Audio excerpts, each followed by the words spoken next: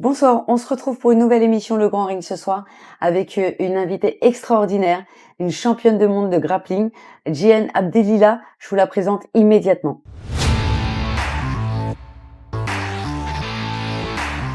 Bonsoir Jihen, Bonsoir Linda. comment allez-vous? Mais ça va très bien, merci Je et suis vous? très honorée que vous soyez là ce matin. Merci. Merci d'avoir fait le déplacement. Je sais que vous avez déplacé pas mal de rendez-vous juste pour être présente aujourd'hui.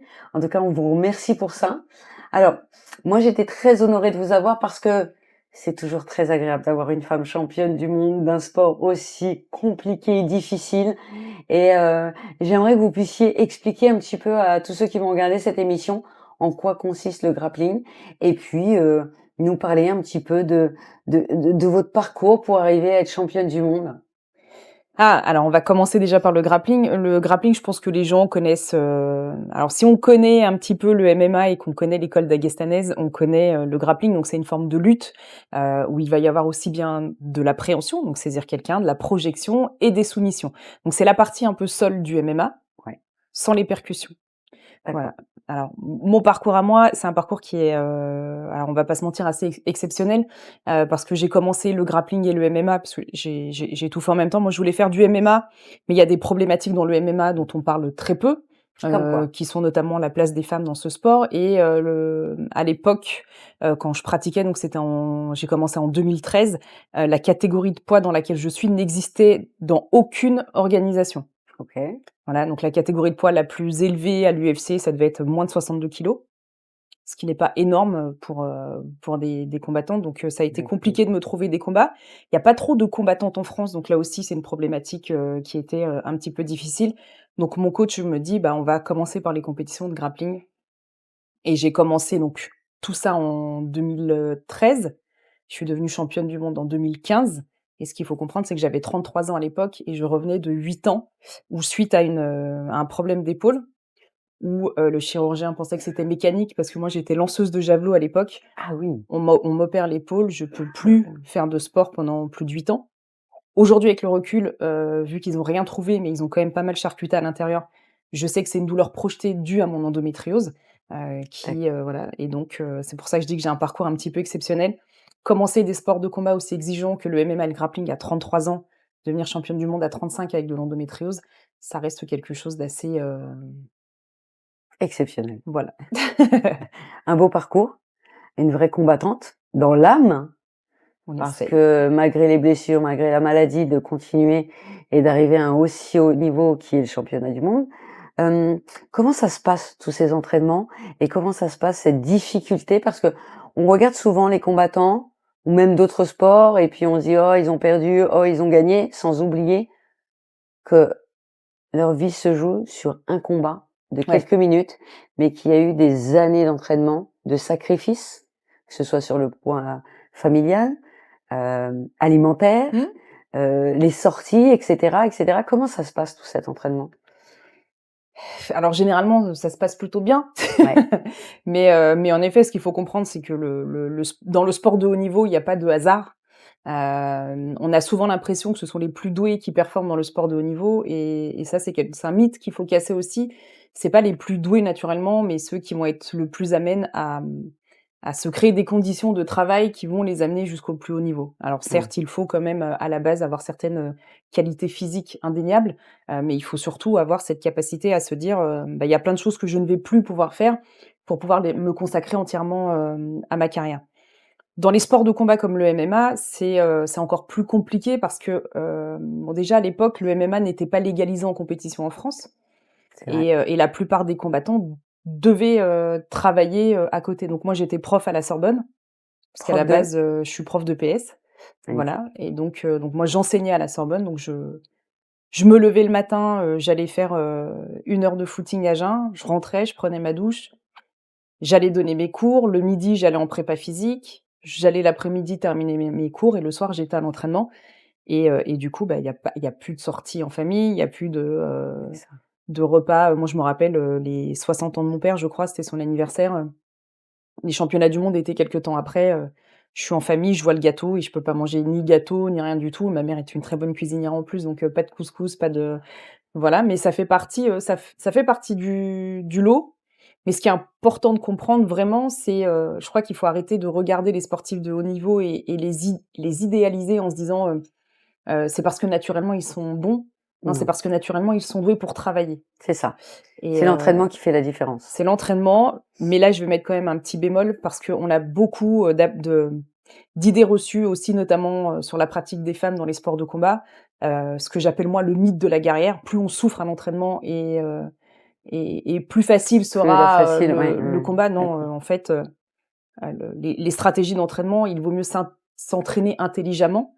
Donc moi, aujourd'hui, je suis également préparateur physique de combattants qui sont à l'UFC, au Bellator et cetera et il vaut mieux avoir des entraînements de qualité, des entraînements intelligents sur lesquels on va plutôt travailler sur le game plan et cetera et par exemple, les sparring aujourd'hui, on le sait, et d'ailleurs John Jones le rappelait il y a pas si longtemps que ça, les sparring dans la préparation d'un combattant ne doivent pas prendre plus de 20 de la Mmh. préparation et en France, on est encore beaucoup dans, il faut cogner dur à l'entraînement, il faut se prendre des coups pour progresser, Ouais, c'est vrai. alors que non, il vaut mieux axer, sur, la stratégie et le game plan.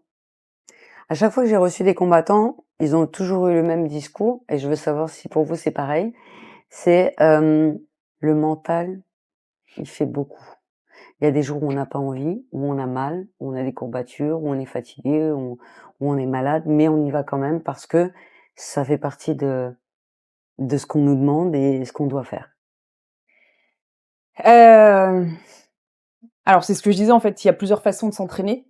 Et en fait, la dureté dans la préparation, elle doit être dans l'organisation stratégique. Normalement, si on a, et quand je parle de stratégie, la planification, ça doit faire partie de l'entraînement et il faut apprendre à planifier ses entraînements justement pour éviter de rentrer dans des phases qui vont être, extrêmement difficiles pour le corps et une autre chose, moi je vais prêcher pour ma paroisse, cette façon de fonctionner, elle fonctionne quand on a un organisme masculin. Quand on est une Mmh. femme, on peut pas fonctionner de cette façon parce qu'il va C'est falloir vrai. prendre en compte l'impact du cycle menstruel sur la Ouais, préparation les physique. hormones. Exactement, donc est-ce que la combattante que j'ai en face de moi est sous hormones, sous pilule avec un cycle bloqué ou est-ce qu'elle a un cycle normal? Et si elle a un cycle normal, il va falloir que j'adapte ma stratégie et ce truc de, eat, train, repeat, ça ne marche pas Ça avec les marche pas. femmes et il va falloir, bah, voilà, déjà, jouer sur, la stratégie de perte de poids, elle sera pas la même. C'est vrai. Parce que en fonction, du cycle, la phase du cycle, bah, on va avoir un métabolisme plus élevé, ou pas. Donc il va falloir accepter que dans la préparation physique d'une combattante, par exemple, elle ait une perte de poids, puis ça remonte et plutôt que de lui faire des remarques sur son corps et de lui dire: «Ouais, tu as pas perdu de poids, tu es en train de manger n'importe comment» et du coup, elle va se dire: «Bah, ouais» et puis elle va, on l'accompagne pas au niveau de la Mmh. nourriture et cetera et et elle va finir par se blesser. Donc moi, j'ai envie de dire, justement, il faut casser ça. Dans d'autres pays, on le fait très, très bien, notamment avec, les joueurs, en NFL, avec, et en France, on est un peu bloqué dans ce schéma et c'est un petit peu dommage parce que du coup, on enferme les trucs sur: «Pour performer, il faut souffrir. Pour Mmh. performer, il faut être intelligent et gérer» et ça, c'est, moi, je me tue à essayer de faire comprendre ça et puis du coup, la difficulté de l'entraînement, elle sera perçue, différemment et on sera pas dans ce truc systématique de: «Il faut mener des guerres pour devenir Mmh, champion». mmh mh. Non, il faut bien s'entourer, il faut avoir une bonne structure et il faut surtout avoir une bonne planification. D'accord. Merci pour toutes ces explications. En tout cas, c'est très clair. On dit souvent que enfin, vous venez de le préciser d'ailleurs, que c'est un sport méconnu encore en France pour les femmes. Comment on pourrait leur donner envie, de s'y approcher, en tout cas de s'y intéresser et de pratiquer? Ah, alors ça, c'est déjà, il faudrait changer un petit peu, Les mentalités? alors pas forcément les mentalités, mais la manière dont on en parle, et dont on le met en avant dans les médias. D'accord. On est beaucoup sur, la mise en avant, j'ai envie de dire, ce serait que le spectacle sportif, je me dirais: «OK», mais on est beaucoup sur le trash talk. Les 3 quarts des émissions qu'on voit sur, les combattants de MMA, sur le MMA, ce sont que des hommes. C'est vrai. Donc il va falloir donner aussi, une image, différente. Ou alors on a l'extrême inverse, où on va être sur, des trucs un petit peu fitness pour les nanas et on va pas mettre en avant, le côté performance. Je crois qu'il y a un vrai travail à faire sur ce côté-là. J'avais posé la question d'ailleurs à monsieur Brézéfin en disant: «Mais du coup, que fait, la fédé de MMA pour les femmes?» Il avait parlé d'un label Mmh. au niveau des clubs. Moi, je suis pas certaine que ce soit, la solution. Je pense qu'il y a beaucoup d'histoires, à raconter, il y a beaucoup de choses à montrer et il y a aussi une autre image, du MMA qu'il faudrait, réussir à montrer. C'est ce que D'accord. j'essaye de faire d'ailleurs à travers, mes réseaux sociaux. C'est pour ça que j'ai utilisé le MMA comme un outil, d'autodéfense pour les femmes. Mais au final, quand elles arrivent dans mon cours, on est vraiment sur, des techniques de très haut niveau et et voilà, je crois que c'est en mettant en avant, des figures, comme moi ou comme d'autres qu'on va réussir, justement à changer cette image et à donner l'envie aux femmes de venir De pratiquer. pratiquer et c'est pour ça qu'on vous invite et qu'on Bah, a oui. toujours plaisir à inviter les femmes.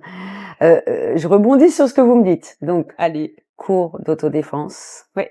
Moi, j'ai vu ça sur votre Instagram, parce qu'on peut également suivre tout ça sur Instagram. Ça m'a donné envie d'y participer. Parlez-moi-en un petit peu. Alors en fait, moi j'ai, toujours eu plein de nanas autour de moi qui étaient fascinées par mon parcours, et cetera.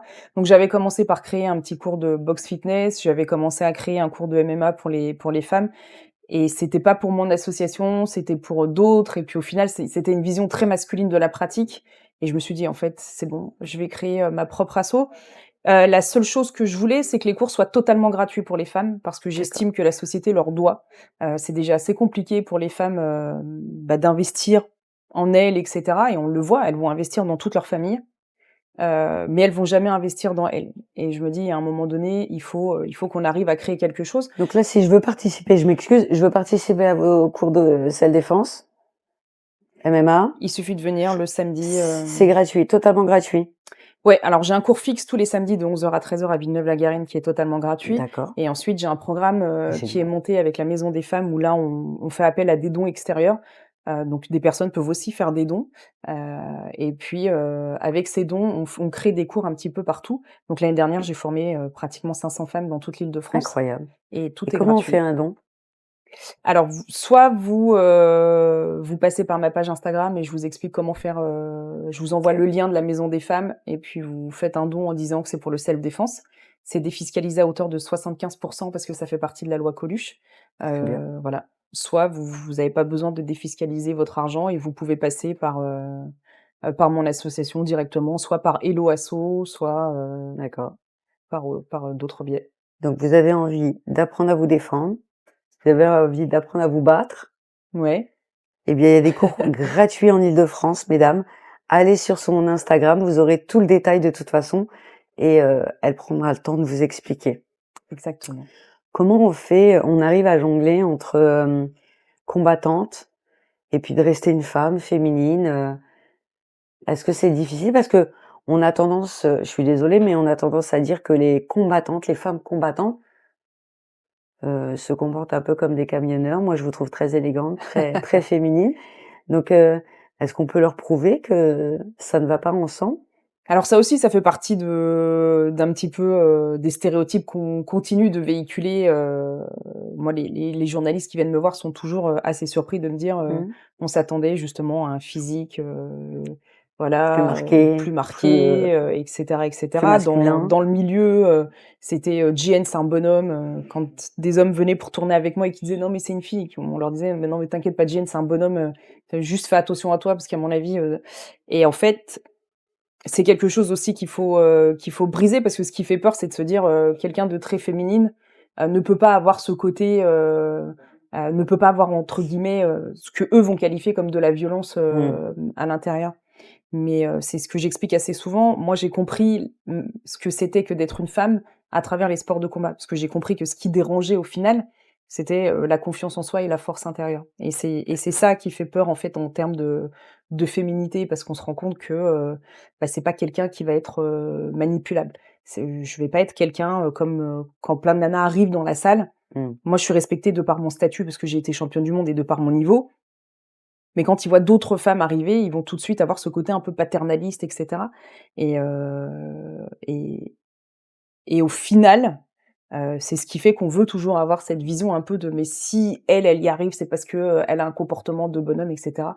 Non, moi j'arrivais, en chaussures à talons, Un talon maquillée, avec du vernis, sur les mains, sur les pieds et on y va. et on y va. OK. Qu'est-ce que vous aimeriez développer aujourd'hui? Parce que vous avez beaucoup de cordes à votre arc. Donc qu'est-ce que vous aimeriez développer?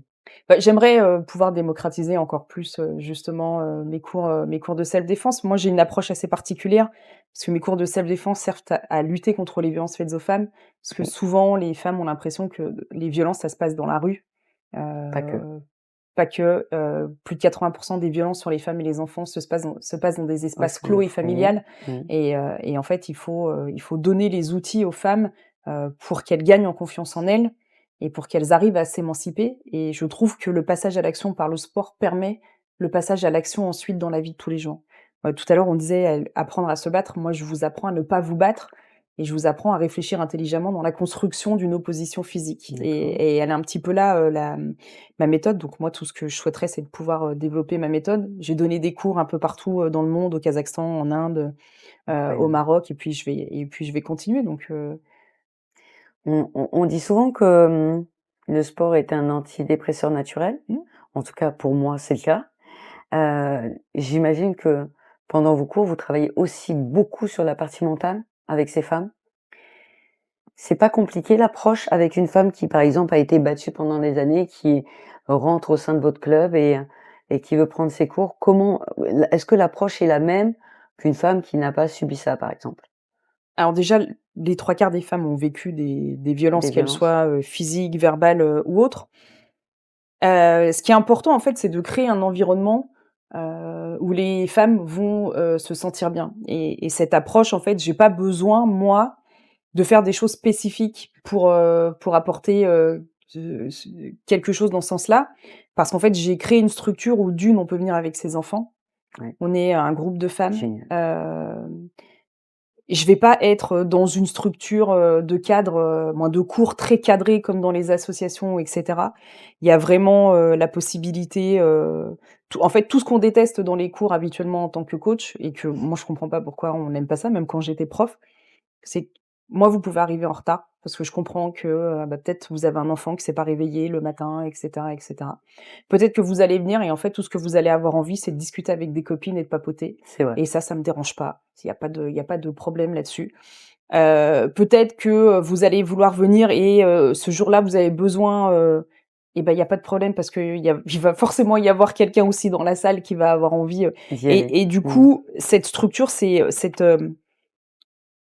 cette ambiance, en fait, c'est elle qui l'a créée et au final, moi, j'ai juste réuni un groupe de nanas dans une salle et vu qu'il y a ce côté, bienveillant et que je suis pas sur la performance et que je suis pas en train de vous crier dessus pour faire le truc machin et ben ça se met en place tout seul, en fait. Donc c'est Naturellement. vraiment ouais, c'est en fait, j'ai imaginé un cours moi, j'ai fait du sport de haut niveau toute ma vie, que ce soit en gym, en athlétisme ou en MMA et j'ai toujours détesté ce cadre, même quand j'étais prof de PS. Et en fait, j'ai pas envie moi, je me dis: «Je suis une nana, je viens faire du sport, j'ai envie de rigoler avec mes copines, j'ai C'est envie». ça. Moi, hier, on était sur le parce que les cours sont le samedi, donc on avait travaillé une technique de lutte et puis je leur dis: «OK les filles, maintenant on passe un petit peu sur des petits assauts». Mais j'ai vu, une nana porter l'autre avec la tête en bas, machin. Je tourne avec une des filles, d elle m'amène au sol, ça fait partie du jeu de se laisser faire. Je vois toute la salle s'arrêter, l'applaudir en lui disant: «Ouais, tu as mis Jen au sol, trop bien, machin» et en fait, c'est ça que les Bonne nanas, ambiance. ont besoin, en fait, d'un cours où, laissez-nous nous exprimer, quoi. Alors j'en profite, Abbas, mon cher Abbas, tu devrais en prendre de la graine, parce que nous, on ne peut pas arriver en retard. Dès que je rigole avec mes copines, je me fais gronder, parce que je fais de la boxe thaï. Ouais, Je me fais tout le temps gronder. Parce que nous, on est aussi là, comme vous le dites, pour se défouler c'est ça. après une journée de travail, après s'être occupé des enfants. On retrouve les filles, on est quasiment toutes du même âge, et puis il y a des peut-être plus âgées, etc. Mais on a plaisir à les retrouver Bah, et à ouais. papoter. Alors, c'est vrai, on n'est pas toujours sérieuse dans nos entraînements, Mais mais est-ce que, on veut que ce soit un bon moment à bah, la fin de voilà, la journée. en fait, Voilà. là où, des coachs devraient se poser des questions, c'est pour qui est-ce qu'ils font ces cours? Est-ce C'est qu'ils les ça. font pour eux ou est-ce qu'ils ont un public en face? et un public qui est peut-être demandeur d'autre chose C'est ça. et c'est là où c'est important et notamment avec les femmes. Moi, j'adhère totalement à ce que vous Elles ont dites. peut-être pas envie, je sais pas quel âge vous avez, je vais prendre mon âge. Si je commençais un sport à 44 ans, parce que moi j'ai 44 ans aujourd'hui, j'aurais peut-être pas envie qu'on me crie dessus comme si j'allais préparer les championnats du monde. C'est ça. J'ai envie de m'amuser et puis et grâce à ça, on arrive à, je trouve, mieux apprendre. Quand on regarde les théories sur la pédagogie et qu'on prend, par exemple, des théories comme Roger Caillois qui dit que il faut de l'émulation pour pouvoir apprendre, pourquoi est-ce que dans les clubs, on n'arrive pas à le mettre en place? Mais c'est exactement ça. Je vous jure, j'adhère totalement. J'en peux plus de me faire gronder à Faut l'entraînement venir avec moi et le j'en peux plus samedi. qu'on me dise: «Bon, bah, puisque c'est comme ça, tu vas au sac, tu sors du oui. ring». Non, mais c'est vrai. C'est vrai qu'on a ce besoin, surtout quand on se retrouve entre femmes, où on est beaucoup plus libre, de nos gestes et de s'habiller comme on veut et de faire ce qu'on veut. Exactement. On a envie de se défouler, de rigoler, de passer un bon moment et c'est génial que vos cours se passent comme ça. Du coup, combien d'adhérentes? Combien de personnes en entraînement? En ce moment, on est une quarantaine sur le tatami, ce qui est Ah oui, c'est énorme. quand même beaucoup. Ouais, Ouais. ouais, c'est énorme et après il y a d'autres cours qui vont se mettre en place. Là, on est en train d'essayer de récolter des fonds, donc on fait des appels aux entreprises, petites comme grandes, peu importe, des fondations et cetera, Vous mais c'est cherchez des compliqué. sponsors? On cherche des sponsors, je cherche également, des sponsors parce que le 29 novembre, j'organise le plus gros séminaire de self-défense, pour femmes. Je veux qu'il soit également totalement gratuit. J'ai déjà TikTok comme partenaire, Génial. médiatique pour le faire et puis on cherche, d'autres sponsors, et cetera Ça se donc passe où? alors ça va se passer dans pas long bah, alors pour le lieu pour l'instant on l'a pas, mais ce D'accord. sera dans Paris et Paris même? Paris même. Ou en banlieue? Ouais D'accord, Paris même. et Qui voilà. pourra accueillir combien de personnes? On essaye d'avoir entre 100 et 200 femmes, en fonction de l'espace, Ah, mais quand une même. centaine au minimum. Ouais, non, quand je dis ce sera le Mais plus gros uniquement celles séminaire qui vont participer ou également celles qui vont, être spectatrices pour, alors, on peut venir regarder un petit peu juste on pour se peut donner venir regarder. envie Alors ou? moi, quand vous venez dans mes cours ou autres, il y a jamais d'obligation de D'accord. participer. OK. Voilà. Prenez-vous pas la tête, vous avez envie de venir, vous savez pas trop, venez, si ça vous plaît, vous participez. Si ça vous plaît mais que vous n'osez pas, vous regardez et puis peut-être qu'un jour vous aurez le déclic et vous vous direz: «Allez, j'y vais». Mais je pense que je vais venir avec J'espère bien. Faisal, qui viendra avec sa caméra, n'est-ce pas Faisal? Parfait. Son appareil photo et je crois que ça va être un très bel événement et il est très important en tant que femme aujourd'hui d'aller découvrir des nouvelles choses, d'aller se défouler, d'aller rencontrer des nouvelles copines et Exactement. passer un bon moment. C'est ça. Qu'est-ce qu'on peut vous souhaiter aujourd'hui? Bah, de vivre suffisamment longtemps pour, former, encore, plein de nanas et partout dans le monde. Inch'Allah. Est-ce que vous avez, pour projet de développer quelque chose à l'étranger? La même chose que vous faites ici, mais dans d'autres pays? Oui, oui, oui, j'ai déjà commencé à le faire, au Kazakhstan, en Inde, Kazakhstan. ouais. Ça n'a pas été compliqué? Alors le Non? Kazakhstan, c'est un pays hyper moderne. Génial. La capitale, on l'appelle, la Little Dubaï. C'est vraiment, je crois qu'il OK. faut sortir des a priori sur le C'est Kazakhstan. génial. C'est un pays, extraordinaire et non, non et en fait, moi, je me rends compte que ce soit en Inde, que ce soit, au Kazakhstan, là, il y a 2 jours, on m'a appelée à Miami. En fait, les problématiques sont exactement les mêmes et c'est ça qu'il faut comprendre, c'est que les violences faites aux femmes sont exactement les mêmes partout dans le monde et Ouais. il y a pas un pays qui est pire ou qui est mieux. Il se passe exactement les mêmes choses partout. Donc oui, j'ai à cœur de le faire. Normalement, je vais le faire également dans le cadre de la CAN, où je vais faire tout un tour de l'Afrique de l'Ouest et je vais normalement, mettre en place des ateliers également. Donc plein, plein de choses qui vont arriver. Donc là, on a besoin de beaucoup de sponsors parce que j'imagine que vous allez garder la même ligne de conduite, Mmh, que ce soit gratuit pour les femmes. exactement. On va faire un appel aux dons. Allez. La caméra est à vous et surtout préciser où on peut vous contacter, très important. Ouais. Allez. Eh ben, écoutez, si vous voulez, faire un don, bah, vous pouvez me contacter sur Instagram @JN Vous pouvez également, voir tout mon travail. Alors que ce soit sur Instagram ou TikTok @JN Vous pouvez aussi regarder d'autres émissions, sur lesquelles je suis passée et où on a eu plus le temps qu'ici parce que là en 1/2 heure c'est rapide, de rentrer, dans les détails donc que ce soit avec McFly et Carlito ou que ce soit sur, Célébdo et après voilà, moi je suis très mal à l'aise avec, l'idée de demander des dons, tout ça, tout ça. D'habitude, c'est mon collègue Mathias qui gère, mais je vous renverrai vers lui. Je peux le faire, hein, si vous Bah, voulez, moi voilà. j'ai aucun problème. N'hésitez pas à la contacter, s'il vous plaît. On a besoin de femmes comme elle. pour, développer, des activités, développer le bien-être chez les femmes, développer le sport chez la femme. Parce qu'on sait qu'une femme aujourd'hui, elle travaille, elle s'occupe des enfants, elle s'occupe de la maison et elle a besoin de se retrouver entre copines et de se défouler un petit peu pour que mentalement, justement, tout roule à côté. Donc Exactement. n'hésitez pas à la contacter, je compte sur vous. Nous serons le 29 novembre à vos côtés, on l'espère, avec Faisal et nos caméras pour vous donner un petit peu plus de force. Et vous venez de préciser que 30 minutes, c'est court, effectivement, mais si vous avez d'autres sujets à développer, vous revenez sur ce fauteuil quand vous le souhaitez. Avec plaisir. Vous serez toujours la bienvenue. C'est un honneur que vous soyez venus. Merci. Je vous remercie beaucoup et mesdames, prenez exemple. C'est une femme formidable. En tout cas, je vous dis merci, je vous dis à très bientôt et puis, vous revenez chez nous quand vous le souhaitez. Merci, à À bientôt. très bientôt. J'ai les mains Merci. froides, hein. C'est pas grave. Au revoir. Au revoir.